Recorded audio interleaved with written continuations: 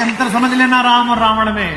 राम के पास जो है वो पर्याप्त है और रावण को जो प्राप्त है वो पर्याप्त नहीं है। रावण के पास पंचकन्याओं में पूजित सबसे सुंदर स्त्री मंदोदरी जैसी सती मां उनकी पत्नी है, लेकिन उसके बाद भी जंगल में घूमते हुए एक तपस्वी की वलकल पहने हुए युवती को अपनी रानी बनाना चाहता है। लेकिन युद्ध के आखिरी दिन जब रावण पड़ा हुआ है, नीचे निश्चेष्ट उसका शव पड़ा हुआ है, तो मंदोदरी ने विलाप करने के बाद पूछा, वो कहां गया जिसने इसे मारा?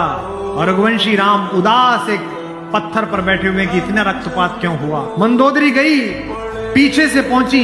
चिंताग्रस्त राम ने अचानक एक स्त्री की छाया देखी जो पैर के आसपास आ रही है। राम सचेत होकर उठे और पलटकर कहा कि देवी मैं आपको प्रणाम करता हूं, इस निर्जन रण क्षेत्र में आप कौन हैं?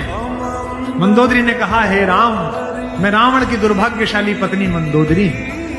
राम ने कहा, मां मैं आपसे क्षमा चाहता हूं, लेकिन उसने अनीति की थी इसलिए मुझे उसको मारना पड़ा।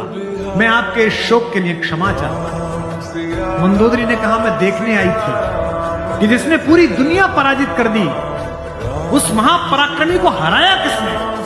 ऐसा उसमें क्या है जो मेरे पति में नहीं था? तो राम ने पूछा कि मां आपको पता चला क्या है? बोले, राम एक मेरा पति था जो मेरी जैसी सुदर्शना होते हुए भी तेरी पत्नी चाहता था।